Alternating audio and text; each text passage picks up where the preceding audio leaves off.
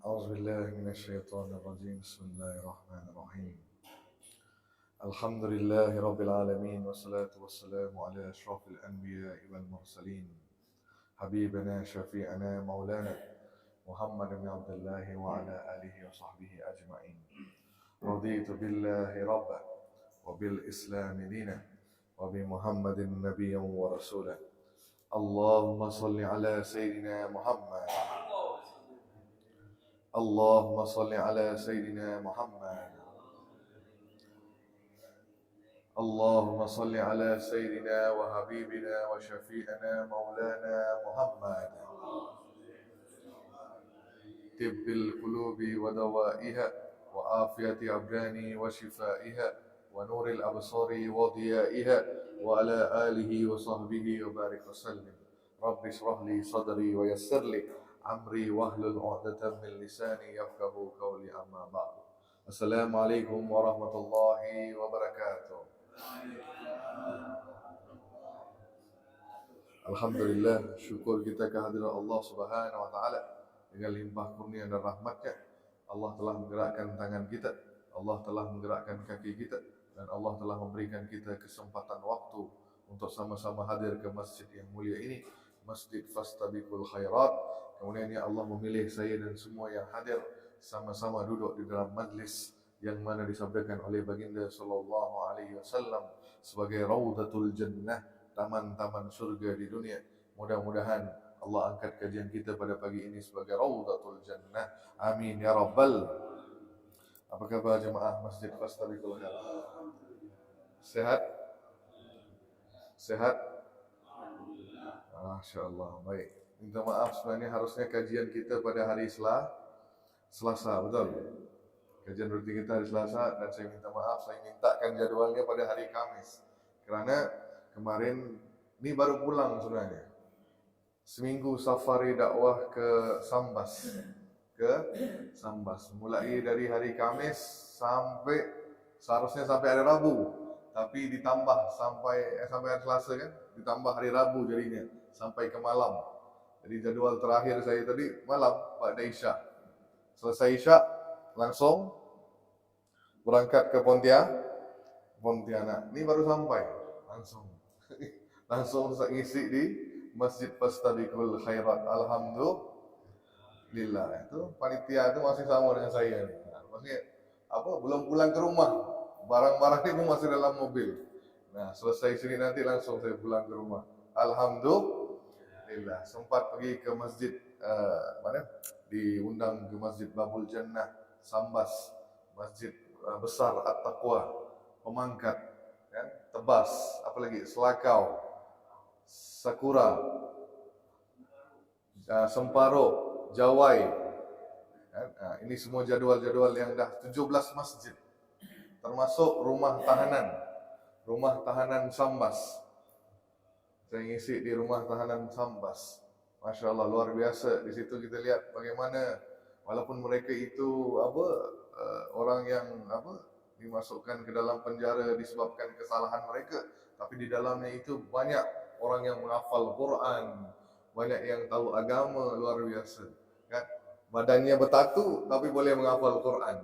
Badannya bertatu boleh baca Al-Quran, boleh tahu tentang hukum hakamnya. Saya takutnya bila kita tausiah orang tak dengar, kan? Tapi ternyata mereka itu menyemak, dengar, baik. Orang di dalam itu sangat-sangat baik. Fahim dong? Kita sahaja yang di luar sini yang jahat, betul? Baik, lanjut kitab pengajian Asy-Syamil Muhammadiyah kita. Masih dalam bab tentang adab-adab tidur. Adab-adab tidur. Nah, kemarin kita sudah bahaskan bahawa antara adab tidur yang pertama adalah Nabi SAW tidak mengakhirkan tidur malam selepas solat Isya. Maksudnya tidak melambatkan tidur kalau setelah selesai solat Isya. Nah, baginda akan tidur awal supaya boleh bangun tahajud. Nah, kecuali dalam keadaan tertentu seperti ada urusan, ada tamu datang ataupun ada urusan yang lain, kan? Ilmu dan sebagainya, maka boleh dia melambatkan tidurnya. Tapi kalau saja-saja tak ada kerja, maka tidur awal. Apa sini? Jangan begadang, betul? Jangan begadang. Kemudian sebelum tidur adabnya kita dah bahaskan kemarin, dibersihkan kamarnya, tempat tidurnya, kan? Apa tempat tidur sebutnya? Katil. Apa? Ya, seranjang, kasur dan sebagainya. Dikibas sambil mengucapkan kalimat Bismillah. Bismillah supaya tidak ada apa-apa yang ada atas kasur kita, bersih dan sebagainya. Kemudian dah saya sampaikan bahawa ambil wudu. Nah, seperti mana kita wudunya wudu solat, kecuali saya katakan kalau perempuan, kan kita bahaskan kemarin, kalau perempuan haid perlu apa tidak mengambil wudu? Kalau perempuan haid, tidak, maka pendapat yang kita ikut adalah pendapat disebutkan dalam kitab An-Nawawi. Imam An-Nawawi mengatakan pendapat ulama Syafi'iyah, pendapat ulama Syafi'i. Apa kata Imam An-Nawawi? Para ulama kami mazhab Syafi'iyah sepakat bahawa tidak dianjurkan wanita haid atau nifas untuk berwudu sebelum tidur, kerana wudunya itu tidak ada efeknya, tak ada kesannya, kerana tidak ada manfaatnya. Untuk apa kita berwudu? Kan untuk menyuci. Kalaupun mereka berwudu sekalipun, wudu mereka itu tidak dapat menyucikan diri mereka, kerana mereka masih dalam keadaan kotor. Faham tu? Kecuali kalau darah haidnya itu dah berhenti, dia belum mandi, maka hukumnya sama dengan hukum orang yang junub. Maka orang yang junub, kalau antum sejuk malam tak dapat nak mandi, maka antum boleh mengakhirkan mandi wajib antum ketika mana? Waktu subuh. Maka minim ambil wudu sebelum tidur untuk meringankan hadasnya. Boleh? Kan? Itu yang kita buat. Maka untuk perempuan wanita haid tidak dianjurkan untuk berwudu. Cukup sekadar dia membasuhkan kedua tangan, cuci muka seperti biasa, kan? Membersihkan dirinya sahaja. Faham tak? Kemudian sebelum tidur, maka kita disunahkan untuk membacakan beberapa ayat. Antaranya apa dia? Ya betul, baca 4 kul. Apa tadi? Kul ya ayyuhal kafirun. Seterusnya Kul huwallahu ahad, Kul a'udzu birabbil falaq, dan Kul a'udzu birabbin nas. Kemudian ditiupkan, dibaca 3 kali, ditiupkan, kemudian disapukan dari kepala, wajah, dan sampai di seluruh bahagian tubuh kita. Itu dia. Kemudian membacakan ayatul kursi. Kita dah bahas. Itu langsung diberi oleh, amalan itu diberi oleh syaitan. Syaitan untuk membantu, apa kata syaitan? Kalau ada orang yang membaca ayatul kursi sebelum tidur, maka dia terhindar daripada gangguan syaitan sehingga dia bangun dari tidurnya. Dah kita lihat daripada kisah Abu Hurairah. Kemudian, apa lagi saya katakan? Baca 2 ayat terakhir surah Al-Baqarah. Kan? Lillahi 3 ataupun 3 ayat terakhir. Lillahi ma fis samawati ataupun amanar rasul sampai akhir. Kemudian baca juga surah. Ada sempat waktunya apa? Surah yang saya sebutkan. Surah Al-Mulk.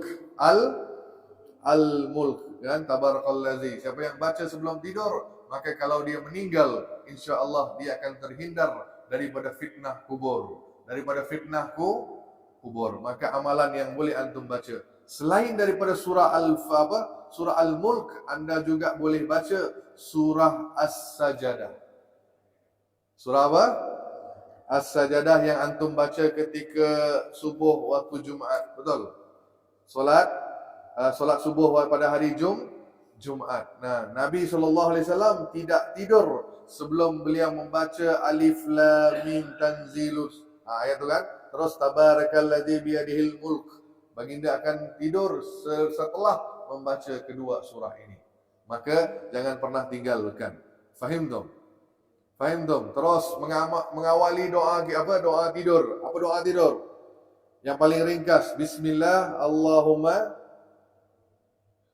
Bismikallahumma Baca, minim baca tu. Kemudian tidur dalam posisi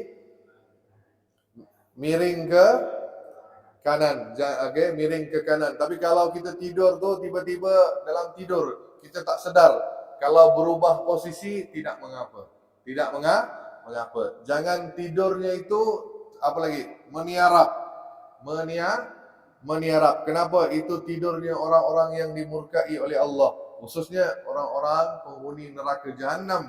Mereka akan tidur dalam keadaan meniarap. Maka tidak dibolehkan untuk kita tidur meniarap. Dan kalau dari segi medis pun sakit, betul. Tak dapat lama kita meniarap, susah untuk bernafas, betul. Betul. Nah, maka tidurnya posisi miring ke kanan. Nah, ke kanan. Selanjutnya, apa lagi yang kita bahaskan kemarin? Apa lagi?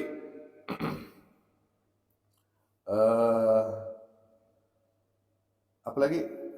Sebelum tidur sambungannya. Nah, bercelak. Siwak tu bangun dari tidur. Bercelak. Nah, seperti saya katakan, apa hikmah bercelak? Boleh menajamkan mata. Bagus untuk kesihatan mata. Maka Nabi SAW setiap kali sebelum tidur, baginda akan bercelak. Tahu celak? Warna hitam tu. Nah, bukan eyebrow yang perempuan pakai itu, eyeliner, bukan. Yang celak asli daripada batu ismit. Dipecahkan, dihancurkan batu itu, diambil, diletak di celak di sini. Kiri dan kanan. 3 kali olesan, 3 di kanan, 3 di kiri, 2 di kanan. Ataupun 3 di kiri, 3 di kanan, 2 di kiri. 5 semuanya. 3, 2 macam tu. Ganjil. Bilangan ganjil. Faham dong? Okey. Apa lagi? Dalam tidurnya. Apa yang antum kena buat lagi? Ketika antum tidur, paling penting ni dia. Apa? Pakai baju? Betul, boleh awak. Nah, maksudnya apa? Kalau tidur itu pastikan anda tidak terlalu mendedahkan aurat. Maksudnya menampakkan aurat. Kenapa? Takutnya nanti ada gangguan dari syaitan, kan? Gangguan dari syaitan akan mengganggu kita ketika tidur. Apa dia? Nah, maka sebelum tidur pastikan, kalau kita tak apa, kita tidurnya pakai sarung kan, tak pakai baju tak masalah. Nah, jangan telanjang bulat. Jangan telanjang bulat. Faham tu? Tidurnya tu beradab. Beradab. Dan yang paling penting sekali ini jarang orang lakukan. Apa dia? Sebelum tidur. Maka boleh saya kaitkan dengan suatu kisah di zaman Nabi SAW. Ni amalan yang jarang kita buat sebelum tidur. Tak sampai 1 minit untuk melakukannya. Tak sampai 1 minit untuk melakukan amalan ini. Kan? Malah kurang daripada 1 minit. Tapi berat untuk kita lakukan. Apa dia? Saya sampaikan dengan satu kisah. Di zaman Rasulullah SAW ketika Nabi duduk di Masjid Nabawi dengan para sahabat-sahabatnya yang besar. Ada Abu Bakar, ada Umar, ada Utsman, ada Ali. Ketika duduk, baginda bersabda, sekejap lagi daripada pintu masjid ini akan datang seorang calon penghuni syurga Allah. Apa dia? Akan masuk seorang calon penghuni syurga Allah. Maka semua sahabat melihat di pintu. Siapa yang Nabi maksudkan? Tiba-tiba datang seorang sahabat Nabi yang tidak dikenali, tidak masyhur pun, tidak seperti Abu Bakar, tidak seperti Umar, kan? Yang terkenal. Ini sahabat yang mereka pun tak kenal siapa dia. Nah, dia berjanggutnya lebat, kan? Basah dengan air wuduk. Kemudian dibawanya seliparnya diletakkan di sini. Dikepitkan di sini. Dibawa ke masjid, terus diletak di luar masjid, kemudian dia datang solat dan pergi. Kemudian hari kedua Nabi duduk di Masjid Nabawi, Nabi pun sampaikan yang sama. Sekejap lagi akan masuk orang yang calon penghuni syurga Allah. Maka para sahabat semua melihat lagi orang yang sama datang semalam. Yang sama. Hari ketiga Nabi sebut sama juga orang yang sama. 3 kali Nabi sebut calon penghuni syurga Allah. Orang pertama yang masuk ke masjid adalah orang yang sama. Maka setelah setelah selesai kan perbincangan dengan Nabi sallallahu alaihi wasallam, maka salah seorang sahabat macam kita penasaran, ingin tahu kenapa sahabat ini boleh dijamin oleh Nabi masuk dalam syurga. Pasti amalan orang ini hebat, pasti tahajudnya luar biasa, pasti baca Quran sepanjang malam, pasti dia bersedekah luar biasa. Maka di antara sahabat yang penasaran, seorang sahabat yang bernama Abdullah bin Amr. Abdullah bin Amr. Maka Abdullah bin Amr ni pergi cari orang ni, di mana dia tinggal. Ternyata dia tinggal di pinggir kota Madinah. Kota Madinah. Pergilah ke sana, jumpa dia. Langsung dia pun berkata, "Wahai fulan, saya hari ini bergaduh dengan orang tua saya." Apa dia? Saya bergaduh dengan orang tua. Maka saya tidak mau pulang ke rumah orang tua saya. Boleh apa tidak saya tinggal di rumah tuan sampai 3 hari. Kan? Apa dia? Beliau berpura-pura, kan? Kata bergaduh dengan orang tuanya. Ternyata tidak bergaduh. Dan dalam Islam kalau antum nak bergaduh, boleh. Tapi tidak boleh lebih dari 3 hari. Betul? Hari keempat wajib berdamai. Hari pertama nak bertumbuk, silakan. Hari kedua nak pakai parang, silakan. Hari ketiga nak apa-apalah, silakan. Tapi hari keempat wajib berdamai. Itu Islam. Nah, walau apapun masalahnya, ingat tu. Tapi, jangan pernah lebih dari itu. Tapi orang kita ni lebih dari 3 hari. Betul? Bukannya berbulan-bulan, malah bertahun-tahun. Betul? Tak nak bertegur. Betul? Tak nak bertegur satu sama lain. Sebab apa? Sebab apa? Gara-gara apa? Gara-gara dua adik-beradik gaduh, gara-gara rebut harta warisan. Betul? Dua teman baik bergaduh gara-gara berbeza pendapat dalam hal politik. Contoh. Ya.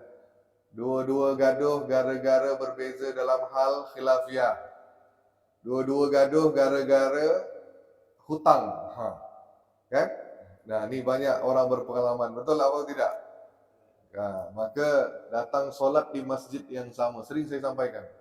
Datang solat ke masjid yang sama. Masjid Fastabiqul Khairat. Imam yang sama. Saf yang sama. Kiblat yang sama. Tapi selesai solat, salam pun tidak mau. Langsung berpaling orang itu. Ada apa tidak di sini? Banyak. Saya harap orang-orang seperti itu datang kajian kita. Tak ada pula ya. Kan? Gara-gara apa tadi? Gara-gara apa? Ada temannya yang dia tak suka ada di sebelah. Maka dia selesai solat, salam pun dia tak mau, langsung berpaling. Maka jangan jadi seperti itu. Fahim dong? La yadkhulul jannata qati'un. Tak akan masuk syurga orang yang suka mutus tali silaturahim. Fahim dong? Maka saya minta bapak-bapak ni kalau nak beramal, amalnya selamat, jangan pernah ada masalah dengan manusia. Kalau ada masalah, cepat-cepat minta maaf. Cepat-cepat minta maaf. Maka sahabat tadi berpura-pura. Wahai fulan, kata Abdullah bin Amr, wahai fulan, saya bergaduh dengan orang tua saya. Maka 3 hari saya tidak mau pulang ke rumah. Saya tidak tahu tempat mana saya nak pergi. Boleh apa tidak saya tinggal di rumahmu. Maka si pemuda kata, wahai sahabat Nabi yang mulia, dikenal Abdullah bin Amr, silakan jadilah tetamu rumah kami. Maka beliau pun tinggallah di rumah orang tadi. Maka niat apa tadi Abdullah bin Amr ingin tahu apa amalan dia. Betul? Nak jadi mata-mata. Betul? Nak lihat apa amalan orang ni. Sampai Nabi jamin dia masuk dalam syurga. Maka apa yang berlaku pada malam hari? Abdullah bin Amr merasakan orang ni pasti lama tahajudnya. Mungkin 100 rakaat. Ya? Tapi ternyata ketika Abdullah bin Amr bangun sepertiga malam yang terakhir, melihat orang itu sedang tidur. Tak bangun tahajud. Tak bangun tahajud. Maka Abdullah bin Amr yang tahajud. Orang itu tidak tahajud. Nah, bangunnya bila? Ketika dekat nak azan, maka baru lelaki itu bangun, membersihkan dirinya, pergi ke Masjid Nabawi untuk solat subuh. Hari kedua, maka Abdullah bin Amr kata apa? Oh, mungkin hari kedua ni boleh saya tahu amalan dia ni, kan? Hari pertama dilihat amalannya biasa-biasa sahaja, seperti seorang muslim yang normal, kan? Jaga solat 5 waktu, kan? Itu sahaja. Pada hari kedua ditunggu oleh Abdullah bin Amr. Mungkin orang ini bersedekah malam hari, sembunyi-sembunyi. Sedekah sembunyi pada malam hari. Ternyata pada malam kedua pun orang itu tidur. Orang itu setelah isyak tidur, tak bangun tahajud, tak ada baca Al-Quran, kan? Maka Abdullah bin Amr malah lebih lama tahajudnya, kan? Nah, hari ketiga pun sama, tidak menjumpai apa-apa amalan yang istimewa. Maka pada hari keempat, langsung Abdullah bin Amr kata, wahai fulan, saya sebenarnya tidak gaduh dengan orang tua saya. Saya datang sini kerana Nabi menyebutmu, Nabi menjaminmu masuk dalam syurga. Aku ingin tahu apa amalanmu sampai kau dijamin masuk dalam syurga. Maka boleh apa tidak sampaikan kepada aku apa amalan yang kau buat sampai Nabi boleh berkata begitu. Nah, kalau Nabi kata kita masuk syurga, pasti apa tidak masuk syurga? Pasti, kan? Pasti. Maka kata si fulan, wahai Abdullah bin Amr, aku buat apa yang kau lakukan, apa yang kau lihat itu sahaja yang aku lakukan. Tak ada yang aku lakukan yang istimewa. Betul ke, kata Abdullah bin Amr? Betul wahai Abdullah bin Amr, aku tak ada lakukan apa-apa kecuali apa yang kau lihat. Malah engkau lebih banyak amalan daripada aku, kata si pemuda itu. Maka Abdullah bin Amr seperti kecewa, tak menjumpai apa-apa amalan. Ketika dia nak pulang, tiba-tiba dipanggil oleh orang itu, wahai Abdullah bin Amr, sini. Maka berpatah balik, datang Abdullah bin Amr. Saya rasa ini amalan yang saya buat menyebabkan Nabi menyatakan seperti itu. Apa? Kata Abdullah bin Amr. Nah, mau tahu apa tidak? Mau tahu apa tidak?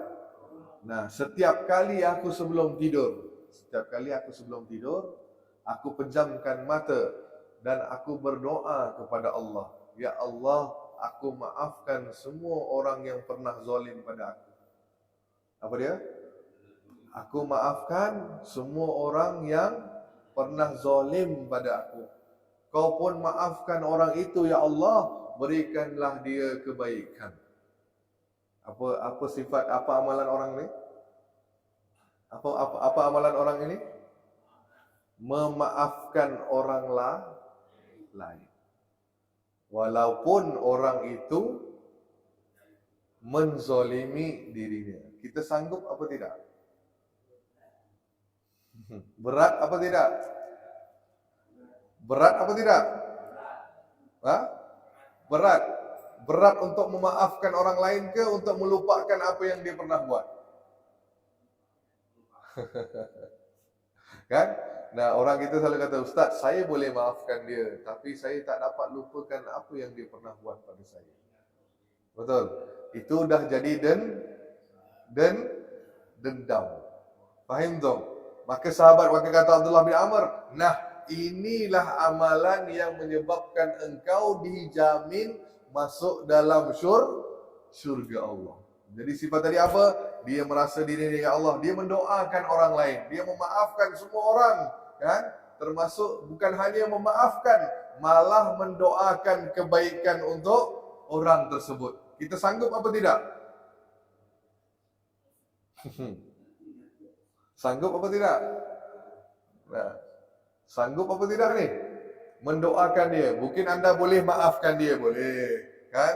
Mungkin anda masih boleh tahan marah. Tahan marah boleh, maafkan dia boleh. Tapi nak mendoakan kebaikan untuk dia,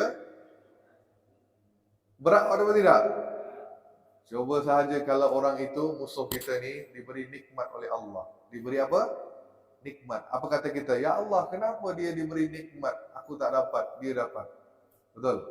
Tapi kalau orang itu, orang yang kita tak suka itu dapat musibah, bala, bencana, langsung kata apa? Ni sebab kau pernah zalim dengan aku, maka kau kenanya seperti itu. Betul apa betul? Betul apa betul? Apa kata sini? Kata orang Malaysia, kena tulah. Kena apa? Sini apa sama? Kualat. Kena kualat. Itu dia. Nah, kerana kau zalim dengan aku, maka Allah uji apa? Allah telah memberikan balasannya. Pandai pula dia berkata begitu. Betul-betul? Betul-betul? Nah, ni. Kalau itu ada dalam diri kita, maka kita ada penyakit hati. Ada penyakit hati. Maka saya kata, anda ni umat siapa? Anda ni, kita semua ni umat siapa? Umat siapa? Umat Muhammad sallallahu alaihi wasallam. Nabi, satu-satunya nabi yang tidak pernah mendoakan kebinasaan umatnya. Faham tak? Nabi Nuh pernah mendoakan umatnya. Nabi Musa sampai benci dengan umatnya. Kan? Bani Israel sampai diangkat ketika mana diterima Taurat, mereka tak mau terima Taurat, dilempar Tauratnya. Kan? Langsung diangkat batu besar nak dihempapkan ke atas umat Bani Israel. Sampai begitu marah Nabi Musa. Tapi Nabi SAW pernah marah tak dengan umat kita? Dengan umatnya? Tidak pernah, malah pernah mendoakan. Nah, kita ni umat siapa? Umat Muhammad. Kalau antum tak ada sifat itu, maka saya katakan anda belum layak disebut umat Nabi sallallahu alaihi wasallam. Maaf ni. Nah, Nabi seorang yang sangat pemaaf. Apa? Pemaaf. Ketika mana ada orang yang pernah coba nak membunuh Nabi, nak penggal kepala Nabi sallallahu alaihi wasallam, kan? Nabi maafkan dia. Betul. Kemudian ketika Nabi nak berjalan di suatu tempat, dia tahu itu laluannya Nabi sallallahu alaihi wasallam. Setiap hari diletakkan najis, diletakkan duri, letakkan segala kotoran supaya Nabi pijak kotoran itu. Niatnya tadi, Nabi tetap maafkan dia. Malah lebih dahsyat daripada itu. Ketika mana ada orang yang pernah meludahi wajah mulia Nabi sallallahu alaihi wasallam. Kalau ada orang meludah wajah kita, apa kita buat? Ada orang ludah wajah kita sekarang ni, apa kita buat? Senyum? Tak mungkin. Apa kita buat?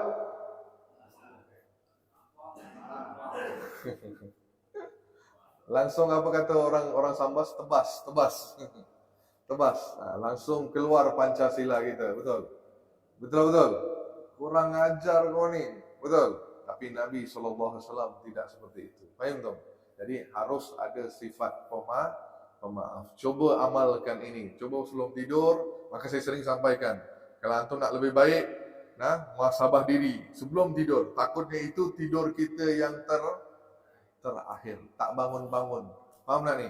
Allah tahan roh kita selama-lamanya, tak lepaskan. Kalau lepaskan baru kita terjaga. Faham tak? Kalau Allah tahan genggam roh kita, tak akan kita bangun untuk selama-lamanya. Maka sebelum tidur, muhasabah diri. Kalau boleh solat sunat taubat. Nah, itu contoh yang guru saya ajarkan. Sebelum tidur, solat sunat taubat. Takutnya kita tidak sempat untuk bertaubat. Dan kalau boleh, ikut amalan laki tadi. Yang ini memaafkan orang lain. Lapangkan hati kita. Dan mendoakan. Tak mendoakan pun tak apalah kalau belum lagi sampai ke tahap itu. Paling minim anda memaafkan orang lain. Boleh apa tidak? Insya-Allah. Baik, ada pertanyaan sampai di sini. Silakan. Ada?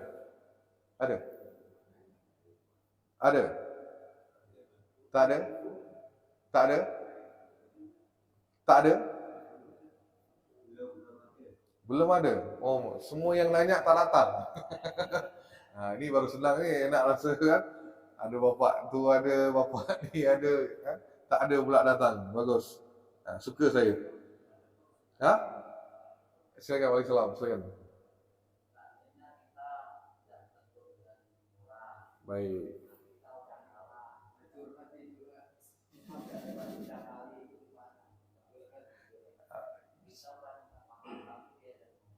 Bagus pertanyaan itu. Baik, bagus. Jadi bapak sudah minta maaf. Orang itu yang tidak mau memaafkan, maka urusan bapak selesai. Maksudnya Allah masukkan bapak dalam golongan yang coba menyambung tali silaturahim. Orang yang sering mau menyambung tali silaturahim. Untuk orang tadi itu yang tak mau memaafkan, maka bagi dia urusan dia dengan Allah. Nah, jadi urusan bapak selesai, aman. Kalau boleh, walaupun dia tak nak layan kita, tetap kalau jumpa di mana-mana, Assalamualaikum Ji. Sebut. Dia jawab ke tak jawab ke terserah dia. Yang penting kita tidak simpan apa-apa dalam hati. Boleh Pak? Nah, itu dia caranya untuk belajar ilmu Rasulullah SAW. Nah, ada lagi? Masya Allah. Ni keren ya, bawa tabletnya dah, Masya Allah. Ustaznya pun tak ada tabletnya. Itulah dia. Ustaznya pun tak ada canggih macam tu kan. Ada lagi? Udah? Udah, saya rasa cukup sampai di sini. Saya minta nak istirahat, boleh? Dah terlalu tak cukup tidurnya ni. Kan? Ya, saya minta istirahat, insya-Allah Selasa depan seperti biasa kita sambung semula. Ya? Boleh? Wabillahi. Boleh? Ya. Boleh ya? Saya minta izin untuk saya berhenti sampai di sini sahaja. Wabillahi taufik wal hidayah. Wassalamualaikum warahmatullahi wabarakatuh. Tutup dengan tasbih kafarah. Subhanallah bihamdika asyhadu an la ilaha illa anta